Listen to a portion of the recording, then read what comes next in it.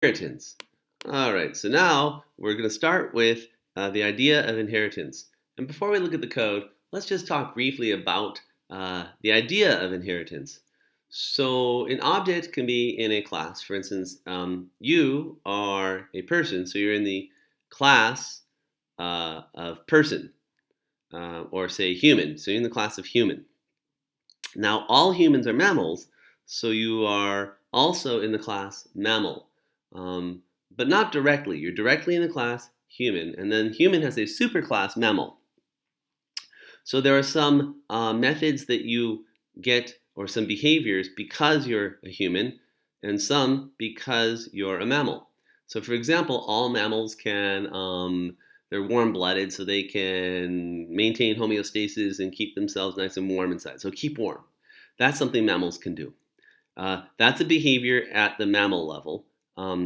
And you, as a human, inherit that behavior from mammal. You get that not from being human, but because humans are mammals. You're inheriting that. At the same time, humans can, for instance, write poetry, something that other mammals generally cannot. You can write poetry because you're human. Other mammals that are not human cannot write poetry, so they don't inherit up. Inheritance only flows down. All right, with that general discussion, let's get into this example here. I have a class A. That's the class we've been doing all along. Now I have a class B, and B extends or subclasses A. A is a superclass of B. You can think of class human extending mammal. Mammal, the superclass, human, the subclass. A is the superclass, B is the subclass.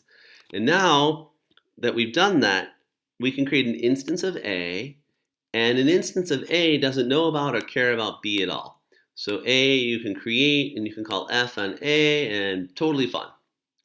When I create a B, well, B naturally you can call G on, because look, G is defined inside B.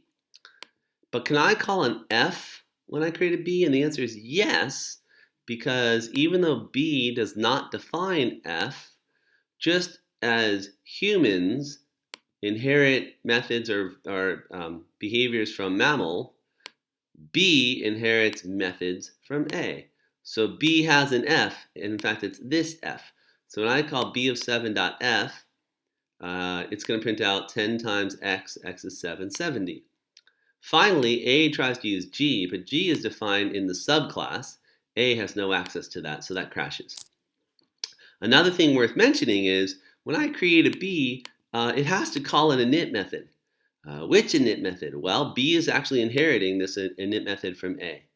So that is why this code works as such.